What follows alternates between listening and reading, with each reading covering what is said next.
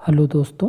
तो चलिए आज हम देखते हैं यूपी पीसीएस के लिए जो विजन आईएएस ने अपना संकलन निकाला है। ये हमारा है 2024 से लेकर के सितंबर 2025 तक।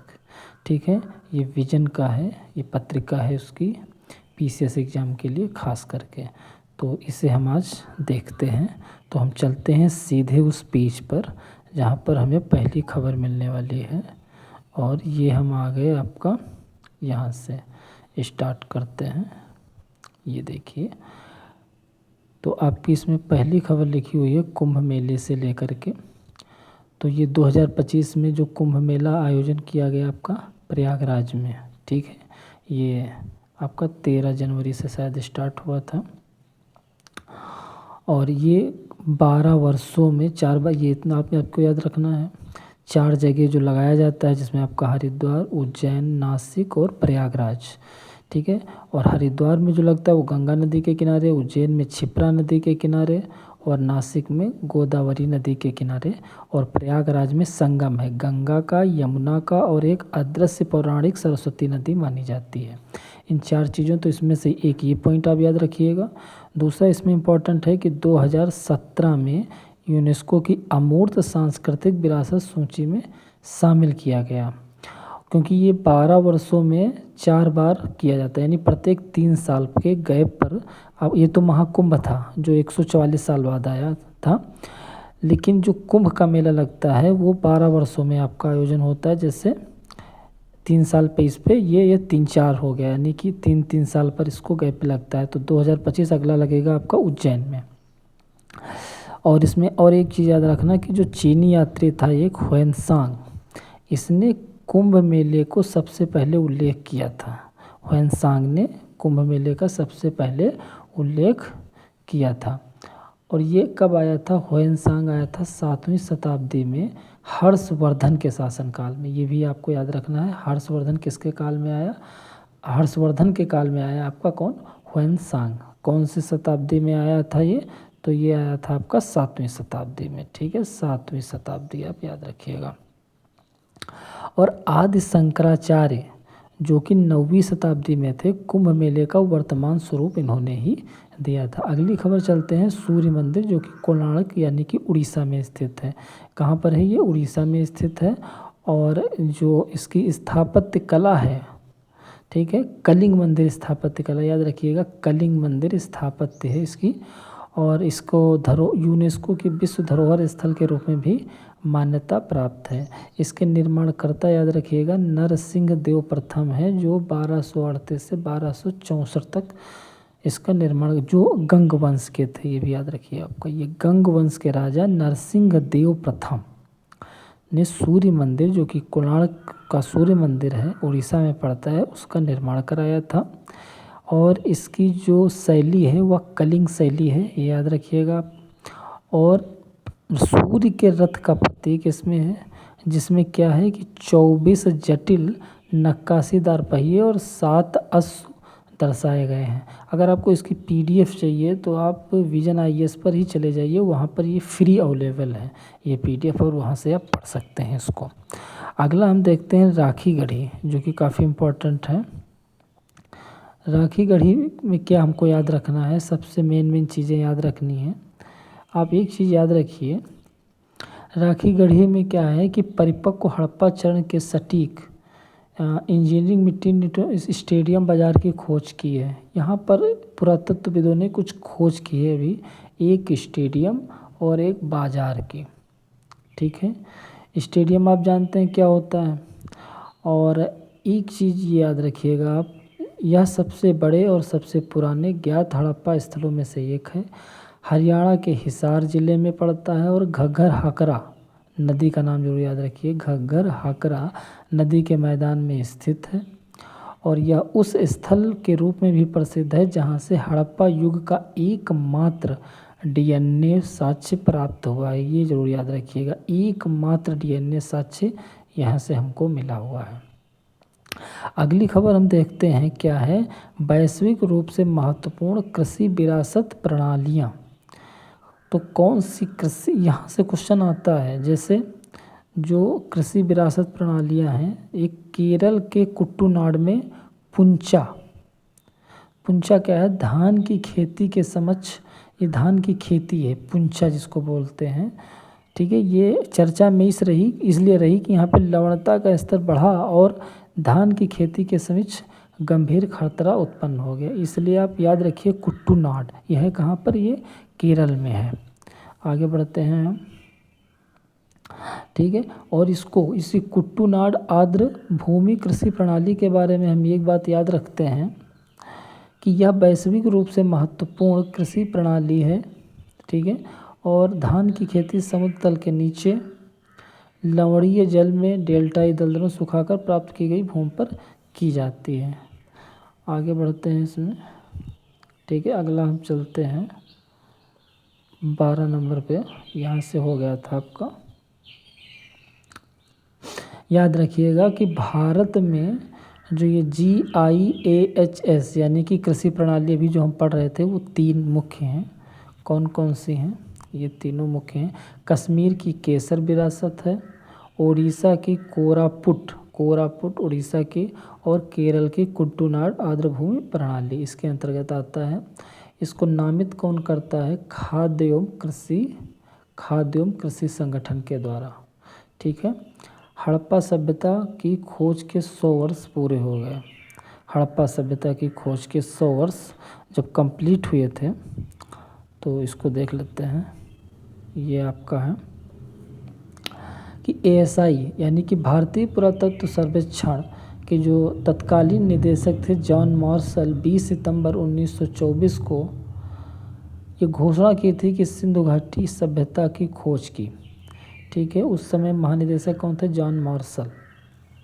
इस खोज में 2 पुरातत्वविदों का काफ़ी योगदान था। एक थे आपके दयाराम साहनी, जो बाद में भारतीय ASI यानी भारतीय पुरातत्व सर्वेक्षण के पहले भारतीय महानिदेशक बने थे। यहाँ से भी क्वेश्चन बन जाता है कि भारतीय पुरातत्व सर्वेक्षण के पहले भारतीय महानिदेशक तो दयाराम साहनी थे, वैसे तो ये जॉन मार्शल आपके 1924 में थे। रखाल दास बनर्जी, इन्होंने भी महत्वपूर्ण भूमिका निभाई थी और इन्होंने हड़प्पा और मोहनजोदड़ो के उत्खनन कार्य करवाया था। हड़प्पा सभ्यता आप जानते हैं कि इसकी अगर हमको याद रखना है तो ये मांडा उत्तर में सबसे, और दक्षिण का आप पूर्वी याद रखेंगे आलमगीरपुर। ठीक है, और आपका ये सबसे दक्षिणतम कौन सा है? आपका दैमाबाद। क्या है? दैमाबाद महाराष्ट्र वाला इलाका पड़ता है। और जो आपका ये पश्चिमी इलाका सबसे पड़ता है, ये कौन सा है? सुतकांगेडोर। ठीक है,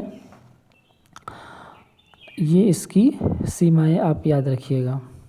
हड़प्पा सभ्यता सिंधु सरस्वती नदियों की घाटियों के बीच में पाई गई है और ये 3 जगह हैं, भारत, पाकिस्तान और अफ़गानिस्तान। 5 प्रमुख शहर याद रखें, राखीगढ़ी, मोहनजोदड़ो, हड़प्पा, धौलावीरा जो कि आपका जल निकाय के लिए काफ़ी फेमस था, और गंवेरी वाला। सभ्यता का विस्तार यहाँ देखो लिखा हुआ है। महाराष्ट्र में दैमाबाद सबसे दक्षिणी, जो मैंने बताया यहाँ पर सबसे दक्षिणी कौन सा है? दैमाबाद है। उत्तर प्रदेश में आलमगीरपुर, यहाँ पे मैंने बताया कि सबसे पूर्वी है, और पाकिस्तान का सुतकांगेडोर सबसे पश्चिमी है, और जम्मू में मांडा सबसे उत्तरी है। ये काफ़ी फेमस है, इसको जरूर आप याद रखिएगा।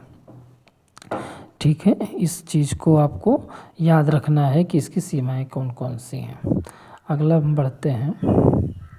जनजातीय गौरव दिवस, ये किस दिन मनाया जाता है? आपका 15 नवंबर को मनाया जाता है। किस दिन मनाया जाता है? ये 15 नवंबर को मनाया जाता है, याद रखिएगा। ये देखो लिखा हुआ है 15 नवंबर को, और ये बिरसा मुंडा की जयंती, भगवान बिरसा मुंडा की जयंती के उपलक्ष्य में मनाया जाता है। ठीक है, यहाँ से इतनी चीज़ याद रखनी। अगला आपको कलारी पयट्टू, ये कहाँ पर? उत्तराखंड में जो 38वें राष्ट्रीय खेल आयोजित होने वाले थे, कलारू पयट्टू का प्रदर्शन सूची में इसको शामिल कर लिया गया है।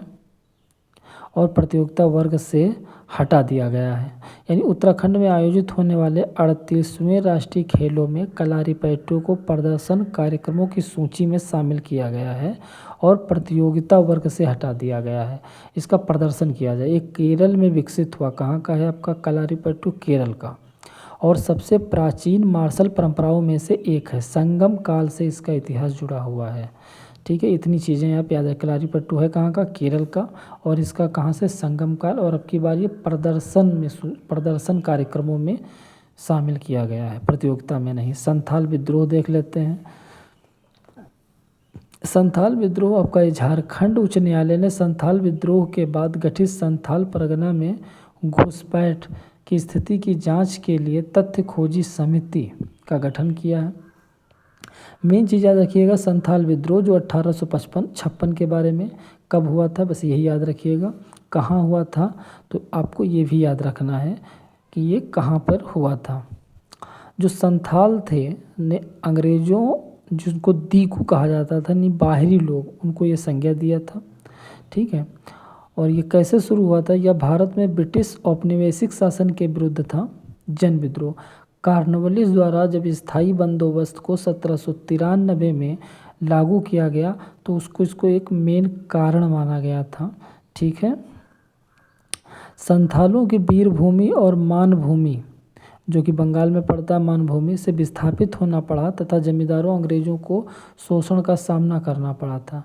तो ये संथाल विद्रोह आपका हो गया। ठीक है, 1855 और 56 में झारखंड के आसपास हुआ था। ठीक है, आगे बढ़ते हैं हम इसमें।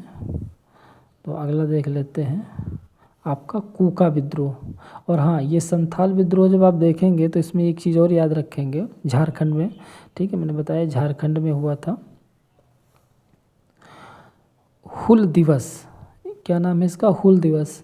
तो ये मनाया जाता है संथाल विद्रोह के शहीदों की याद में मनाया जाता है हुल दिवस। और इस विद्रोह का नेतृत्व 4 भाई, कौन कौन से थे वो, सिद्धो थे, सिद्धो, कान्हो, चांद और भैरव मुर्मू। और इस विद्रोह में गुरिल्ला युद्ध पद्धति का उपयोग किया गया। इन चारों के नाम याद रखना है आपको, सिद्धो का, कान्हो का, चांद का और भैरव का। इन सिद्धो, कान्हो, चांद और भैरव। अगला है कोका विद्रोह 1872। हमने ये देखा 1856 के आसपास हुआ था आपका ये विद्रोह।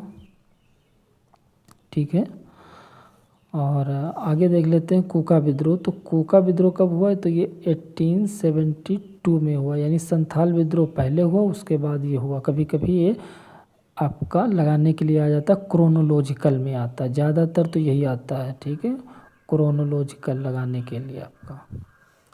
हाल ही में कोका आंदोलन के शहीदों को श्रद्धांजलि अर्पित की गई। कोका आंदोलन के बारे में याद रखिएगा आप कि कोका आंदोलन 1849 के बाद स्थापित ब्रिटिश राजनीतिक व्यवस्था के विरुद्ध पंजाब में पहली बड़ी प्रतिक्रिया थी। कोका आंदोलन कहाँ हुआ था, पंजाब में हुआ था। ठीक है, यह नामधारी आंदोलन का महत्वपूर्ण चरण था और सतगुरु राम सिंह 1857 भैरव साहिब में की थी। इसकी स्थापना सतगुरु राम सिंह ने की। कोक बोरोक भाषा, ये कहाँ की है, त्रिपुरा की है कोक भाषा। और इसमें क्या कर रहा है त्रिपुरा, इस भाषा के विकास के लिए लैंग्वेज मैपिंग कर रहा है। क्या कर रहा है, लैंग्वेज मैपिंग कर रहा है। ठीक है, इस भाषा के बारे में जान लीजिए कि ये भाषा त्रिपुरा के राजकीय भाषा के रूप में मान्यता प्राप्त है, यहाँ पे लिखा हुआ, और चीनी तिब्बती भाषा परिवार का यह हिस्सा है। अगर आपको ये लेक्चर पसंद आ रहा है तो प्लीज़ लाइक कर दें और चैनल को सब्सक्राइब कर दें। हम इसी तरीके से पूरा इम्पोर्टेंट कवर कर लेंगे। अगर आप इसको PDF आपको चाहिए इस लेक्चर की, तो आपको विजन IAS पर ही जाना पड़ेगा और वहाँ से आप इसकी PDF डाउनलोड कर लेंगे PCS वाले सेक्शन में। और इसके 3 आपके विजन ने 3 मॉक टेस्ट दिए हैं जो कि काफ़ी अच्छे हैं और ये फ्री हैं, फ्री मॉक टेस्ट हैं आपके। ठीक है, तीनों मॉक टेस्ट क्या हैं, फ्री हैं, आप उनको लगा सकते हैं। और PCS के लिए 3 चीज़ें विजन IAS ने दी हैं। एक तो मॉक टेस्ट फ्री दिया है, दूसरा ये करंट अफेयर्स फ्री दे दिया है, तीसरा एक फैक्ट बुक फ्री दिया है। ठीक है, इतना काम यूपी पीसीएस के लिए विजन आईएएस ने अब की बार किया है। आगे चलता हूँ, हम देखते हैं रत्नागिरी। रत्नागिरी क्यों फेमस आया है? क्योंकि भारतीय पुरातत्व सर्वेक्षण ने उड़ीसा के रत्नागिरी में, कहाँ पर, उड़ीसा के प्रसिद्ध दौरान क्या किया है, इसको थोड़ा सा मिटा देते हैं, कि उड़ीसा के रत्नागिरी उत्खनन के दौरान प्रसिद्ध बौद्ध कलाकृतियाँ मिली हुई हैं, इसलिए रत्नागिरी। और वहाँ पे क्या मिला है कि बुद्ध का सिर और बौद्ध अवशेष जैसी कलाकृतियाँ इसमें शामिल हैं। रत्नागिरी के बारे में, यह स्थल सम्राट अशोक के कलिंग, प्राचीन उड़ीसा जिसके नाम से जाना जाता है, पर आक्रमण के बाद से ही बौद्ध धर्म के प्रभाव में आ गया था। जैसे रत्नागिरी, अन्य बौद्ध स्थल ललितगिरी, उदयगिरी मिलकर उड़ीसा के बौद्ध केंद्रों, डायमंड ट्रायंगल, एक नया नाम देख लीजिए, ये इम्पोर्टेंट है, डायमंड ट्रायंगल, कौन कौन से, रत्नागिरी, ललितगिरी और उदयगिरी। रत्नागिरी, ललितगिरी और उदयगिरी ये उड़ीसा में है।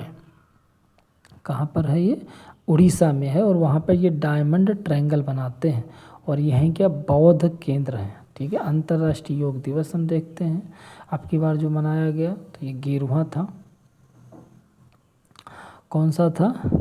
11वां अंतर्राष्ट्रीय योग दिवस मनाया गया आपका। ठीक है, और इस वर्ष योग दिवस की theme yoga for one earth one health, yoga for one earth one health. कौन से नंबर का मनाया गया ये जरूर याद रखिएगा। दिसंबर 2014 में संयुक्त राष्ट्र महासभा ने संकल्प पारित करके 21 जून को अंतर्राष्ट्रीय योग दिवस घोषित किया गया था, और पहला 2015 में मनाया गया था। ठीक है, योग दिवस ग्रीष्म संक्रांति 21 जून के साथ मनाया जाता है, और यह उत्तरी गोलार्ध में वर्ष का सबसे लंबा दिन होता है। गंगा सागर मेला, पश्चिम बंगाल, इसको देख लेते हैं क्या है, आगे बढ़ चलते हैं। मकर संक्रांति के पावन अवसर पर लाखों श्रद्धालु गंगा सागर में डुबकी लगाई है। अब की बार जनवरी की खबर है, यहाँ पर चल रही है, और ये पश्चिम बंगाल के सुंदरवन डेल्टा में स्थित सागर द्वीप पर आयोजित किया जाता है। ठीक है, और यह वार्षिक धार्मिक मेला है जो कि मकर संक्रांति पर आयोजित होता है, और इसमें लोग स्नान करते हैं। ठीक है, आगे चलते हैं, आपका ये देख लीजिए, ये क्या है, अगली खबर है हमारी, मराठा मिलिट्री लैंडस्केप्स को यूनेस्को की विश्व धरोहर सूची में शामिल किया गया है। ये मराठा मिलिट्री लैंडस्केप्स हैं, यूनेस्को की विश्व धरोहर सूची में ये शामिल किए गए हैं। ठीक है, और ये कहाँ कहाँ पर हैं ये आप ध्यान रखिएगा। तो ये सबसे इम्पोर्टेंट एक चीज़ हम पढ़ देते हैं इसको। ठीक है, ये 44वें भारत के 44वें स्थल स्मारक बन गए हैं। ठीक है, भारत के, और ये भौगोलिक विस्तार इनका कहाँ कहाँ है, महाराष्ट्र और तमिलनाडु में फैले हुए हैं।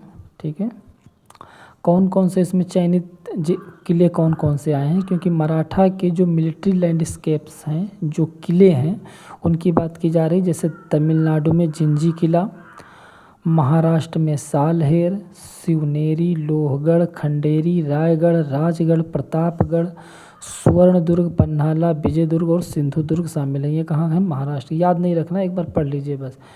और ये है कि विविध भौगोलिक क्षेत्रों में स्थित हैं। कहाँ? तटीय चौकियों से लेकर के पहाड़ी गढ़ों तक। ठीक, तो ये आपका 44वां स्थल बन गया है आपका मराठा वाला। आगे बढ़ते हैं हम, पिपरुहा अवशेष क्या है अगला, पिपरुहा अवशेष। इसमें क्या है, भगवान बुद्ध के पवित्र पिपरुहा अवशेषों की भारत में वापसी हुई है।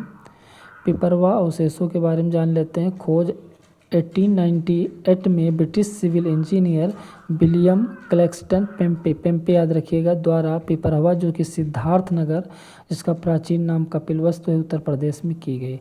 क्वेश्चन आएगा कि पिपरुहा अवशेषों की खोज किसके द्वारा की गई, तो पेम्पे के द्वारा की गई थी सिद्धार्थ नगर में।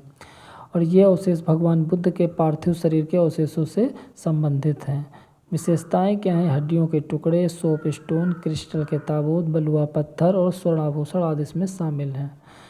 3री शताब्दी में इन अवशेषों को मंदिर में रखा गया था, और यह अस्थि ब्राह्मी लिपि में एक शिलालेख अंकित है। ये एक अस्थि ब्राह्मी लिपि में जो बताता है कि अवशेष शाक्य वंश द्वारा रखे गए बुद्ध के अवशेष हैं। ठीक है, पिपरभा अवशेष क्या है? बुद्ध के अवशेष हैं जो शाक्य वंश के द्वारा रखे गए थे। और वर्तमान स्थिति इसकी क्या है कि भारतीय कानून के तहत इनको ए श्रेणी में प्राचीन वस्तुएं घोषित किया गया है। इनका निर्यात और बिक्री क्या हुआ? प्रतिबंधित है। तो मेन चीज़ इसमें यह याद रखना है आपका कि पिपरभा अवशेषों की प्राप्ति कहाँ हुई थी? तो सिद्धार्थ नगर से हुई थी। किसने किया था? पेम्पे ने किया था। और कब हुआ था? तो 1898 में हुआ था। ठीक है, ये चीज़ आपको याद रखनी है। अगला एक उत्सव है बेदीन खलम उत्सव। ये कहाँ का आपका उत्सव है ये देखना है आपको। और ये जो जयंतिया जनजाति का एक नृत्य उत्सव है।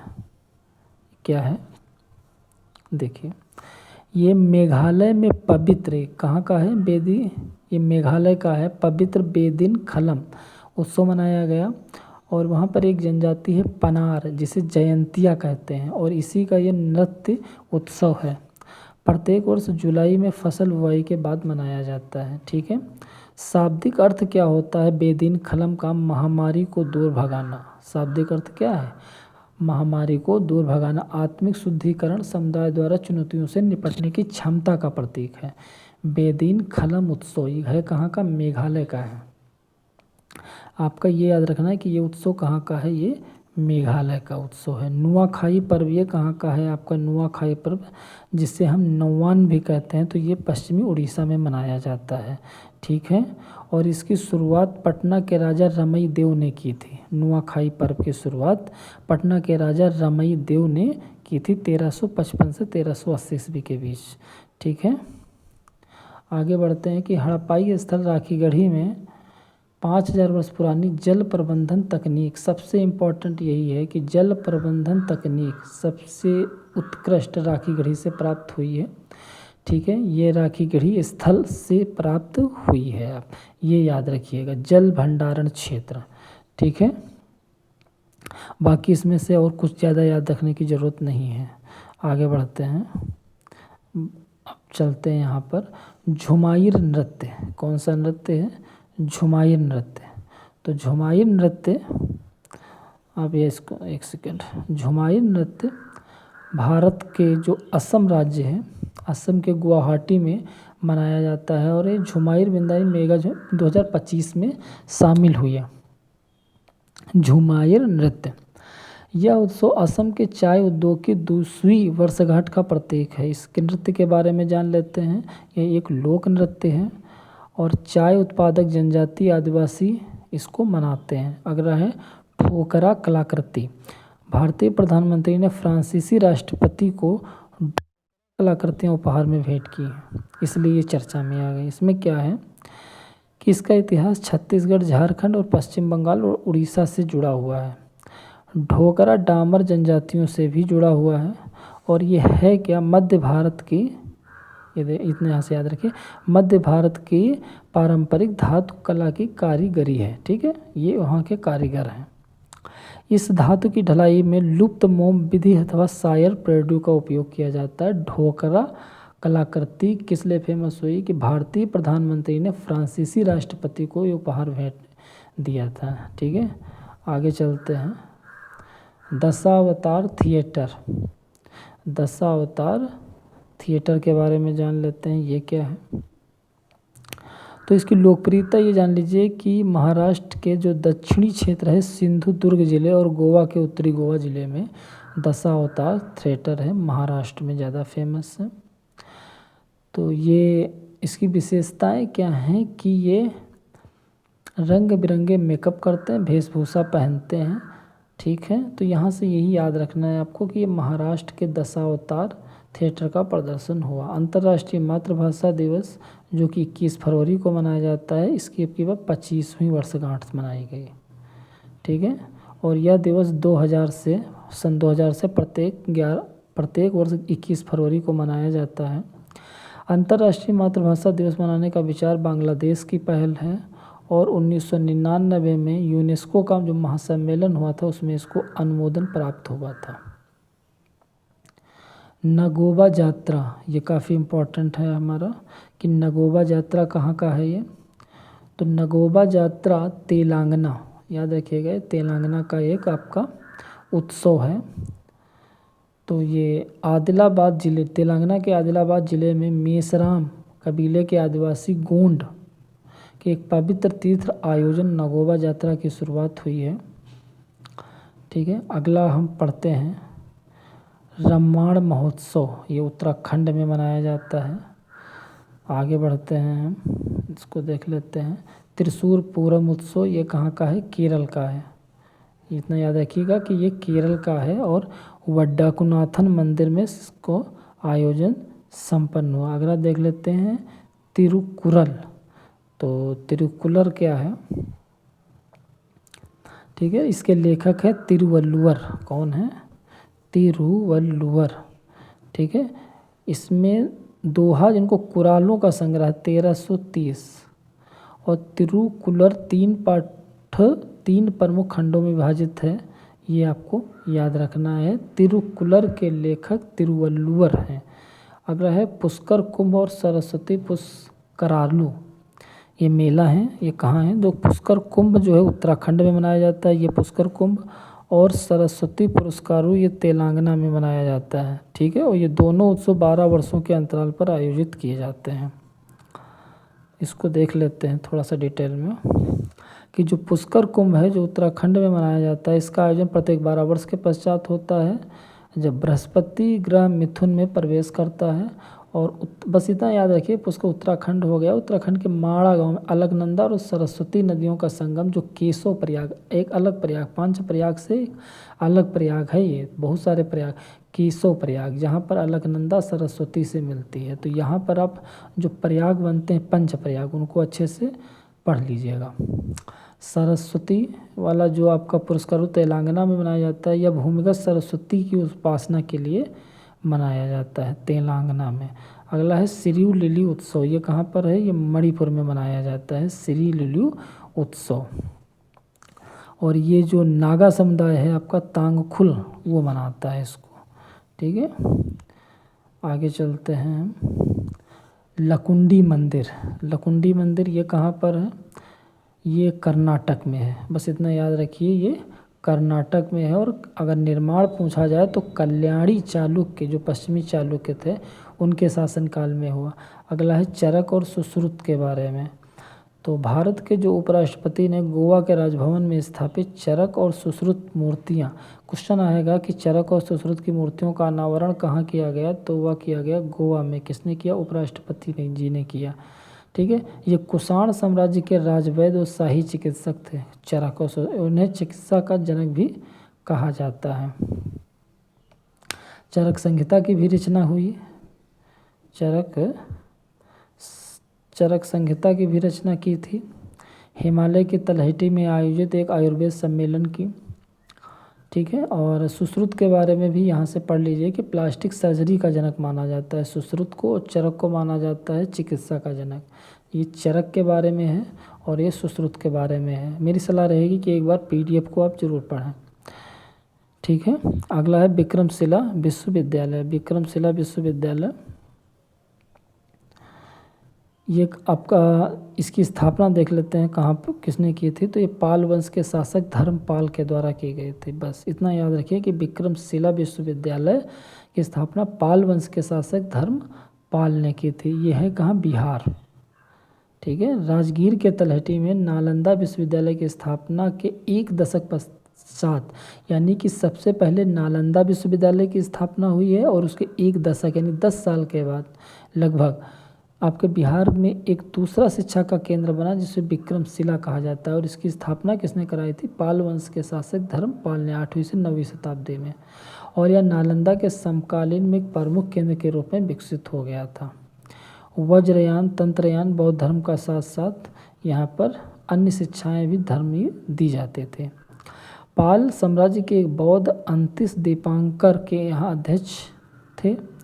और नष्ट किसने किया था, 12वीं शताब्दी के अंत में कुतुबुद्दीन ऐबक का एक सैन्य कमांडर था बख्तियार खिलजी, इसके द्वारा इसको नष्ट कर दिया गया था। ये इम्पोर्टेंट लग रहा है हमको।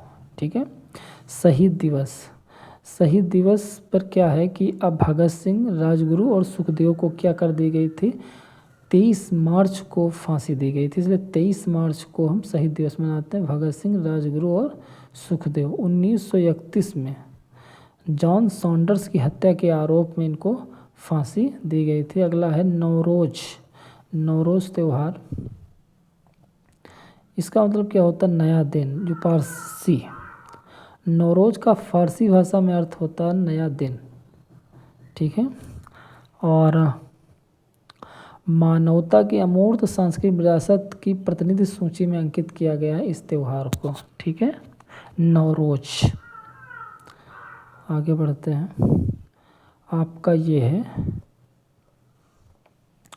कोच राजबोंगसी समुदाय, ठीक है। ये कहाँ का है, बस याद रखिएगा आप कि ये आपका असम का है और वहाँ के ही मंत्रिमंडल ने इस पर कुछ फैसला लिया। आगे पढ़ते हैं, श्री विजयपुरम।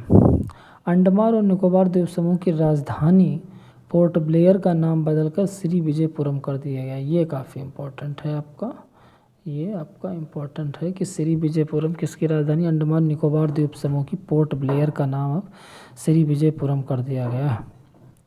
श्री विजयपुरम जो स्वतंत्रता संग्राम के विजय का प्रतीक है, ठीक है। और यही स्थान है जहाँ पर नेता सुभाष चंद्र बोस ने प्रथम बार तिरंगा लहराया था तथा सेलुलर जेल भी यहीं पर स्थित है, यानी ये तो काफ़ी इम्पोर्टेंट हो गया, ठीक है। तो चलिए अगले इसकी जो अन्य घटनाएं हैं हम अगले लेक्चर में कवर करते हैं, ठीक है। और आप लोग इसको PDF जरूर पढ़िएगा, तीनों जो है इन तीनों चीज़ों का फ़ायदा उठाइए। आप PDF इसकी पढ़िए और यहाँ के जो मॉक टेस्ट हैं वो भी दीजिए, ठीक है। काफ़ी अच्छे लेवल के दिए हुए हैं। Okay, thank you.